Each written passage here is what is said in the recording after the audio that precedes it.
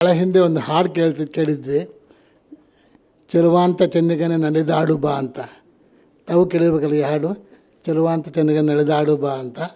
ಆ ಹಾಡನ್ನು ಯಾಕೆ ಜ್ಞಾಪಿಸ್ಕೊಂಡೆ ಅಂದರೆ, ಸಾಹಿತ್ಯ ಪ್ರಪಂಚದಲ್ಲಿ ನಲಿದಾಡ್ತಾ ಬಂದಿರತಕ್ಕಂಥ ಚೆಲುವಾಂತ ಚೆನ್ನಿಗ ಯಾರು ಅಂತ ನಿಮ್ಗೆ ಗೊತ್ತು.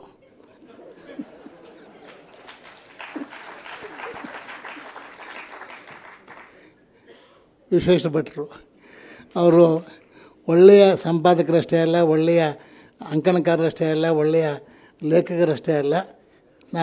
ನಾನು ಅವರು ಮೊನ್ನೆ ಗೋವಾಗೆ 5 ದಿವಸ ಹೋಗಿದ್ವಿ. 5 ದಿವಸದಲ್ಲಿ ನಾನು ಹೇಳಿದೆ ಅವರಿಗೆ, ಕೊನೆ ದಿವಸ ಹೇಳಿದೆ, ಭಟ್ರೆ ನೀವು ಮನುಷ್ಯರಲ್ಲ ಅಂದೆ. ಯಾಕೆ ಅಂದರು, ನೀವು ದೆವ್ವರಿ ಅಂದೆ. ಯಾಕೆ ಅಂದರು, ದೆವ್ವ ಥರ ಕೆಲಸ ಮಾಡ್ತೀರಾ ಅಂತ. 5 ದಿವಸ ಗೋವಾದಲ್ಲಿ ಒಂದು ದಿವಸ ಕೂಡ ರೂಮ್ ಬಿಟ್ಟಿಚೆ ಬರಲಿಲ್ಲ. ಬರೀ ಬರವಣಿಗೆ ಪ್ರೂಫ್ ರೀಡಿಂಗು ಇದರಲ್ಲಿ ಆಗಿದ್ದರು. ನಿಜವಾಗೂ ತಪಸ್ವಿ ಅವರು.